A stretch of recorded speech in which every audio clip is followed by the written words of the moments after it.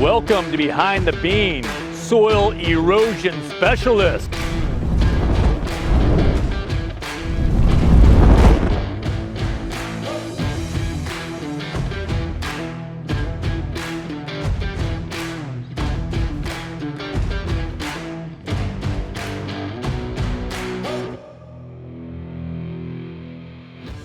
Welcome to Behind the Bean, where we're taking a look at entry-level jobs in the soybean industry. Today, we're out here with Andy Freeland. Andy, What's up, man? what is the name of your excavation company? Freeland Excavating. Very original. Yes, I know, right? Give me a rundown. How did you go from high school to operating your own excavating company? Well, right out of high school, I actually joined the welding program out of Richland. I was going to get my welding certificate. And then I got an opportunity to get to actually do a bunch of on-job training and learning more at Trinity Structural Towers up in Clinton. So I welded up there for about 2 years and got to know the mechanic side of different things. I was a maintenance guy for a while, worked on a bunch of heavy equipment. And then I had an opportunity to come back to the farm. And when I came back to the farm, we actually picked up a farm that had a big drainage ditch on it that needed cleaned out. And I thought, well, I can do that. So I bought an excavator, about half the size of that one right there, and then it just snowballed from there. So when I first met you, you had a bulldozer without a cab. And you were looking for anybody and everybody that'll let you clean up a waterway. Oh yeah. And whenever I remember, there was on multiple instances where it might have been snowing and it might have been 100 degrees and the air conditioner was just whatever the wind was giving you that day. Oh yeah. Yep, exactly. Yeah, I spent a lot of cold days out there, all bundled up, doing what I could do. Now tell me, what are we doing today? We've got a lot of equipment out here. What's the plan? Today we're building a retention pond for these the guys that own this property here. They're having a lot of erosion control. There's a lot of water comes down off of this parking lot here, off this building site, and it was making some big deep ruts through the field, making it practically impassable for them to farm. So we're going to fix that by creating a retention pond, a spot for all the water to drain to. But at the same time, it's going to be dual purpose. These guys spray all their own crops, so they need a place where they can store spray water. So win-win. So it's a reservoir and a erosion control. Correct. All right, now I would like to get in the dozer and do some damage. Alrighty. What type of qualifications would someone like me without any experience need to be able to hop in and push some dirt around? You ever driven a lawnmower? I have. What about a skid steer? Yeah, I've got a little skid steer experience. Very similar to that. I like somebody with a CDL. You know, a little truck driving training, never hurts, but yeah, we can go hop in one if you want to. All right, let's get in it. All right, sounds good.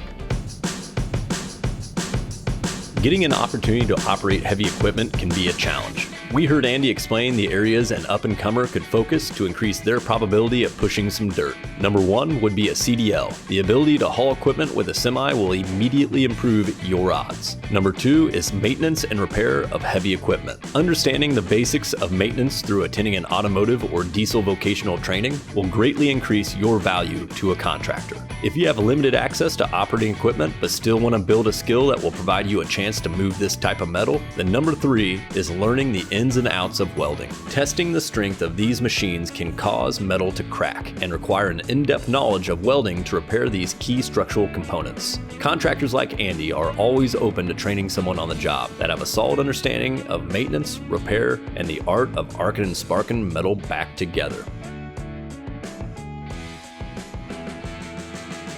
All right, Andy, you tested my skills. Yep. Give me a non-biased opinion. Would you hire me? I'd probably hire you.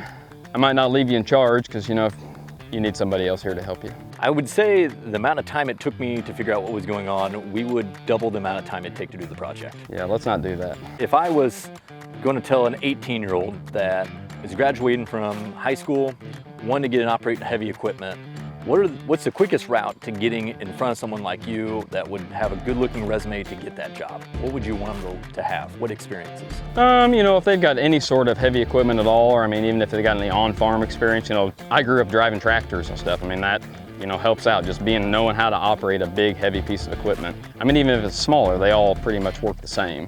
What if you grew up in town? So you grew up in town, you don't have access to a grower, a farmer, or heavy equipment. If mom said you had to go to school, what would be something that would be worth studying that would get you in the right direction, that would be useful on the job? I'd say probably if you went into some sort of maintenance or something like that, you know, maybe automotive or, you know, diesel training or something like that, you know, would would probably help too. I mean, I work on all my equipment, so that would come in handy. And if they had a CDL? CDL, being able to hop in a semi and move a piece of iron, that always helps too. Most people that drive a truck have a handle. Like mine is butter blade, because when I'm shifting gears, I'm a hot knife through butter. What is your handle? I don't really know, man. Oh, all right. Would you mind if we came up with one? You go ahead. All right, we'll put some thought to it and definitely come up with a real good one for you. Appreciate it. Mr. Whisker might be a good one. Well, you heard it here. If you're considering getting into any type of heavy equipment operating, a great place to start would be working on a farm, getting experience even mowing or a skid steer, and then a CDL would be something, or at least knowing how to maintenance the equipment, are all places where Andy would be happy to bring someone like that on, even if they're on the younger side of the age scale. That's it. We're on to the next one.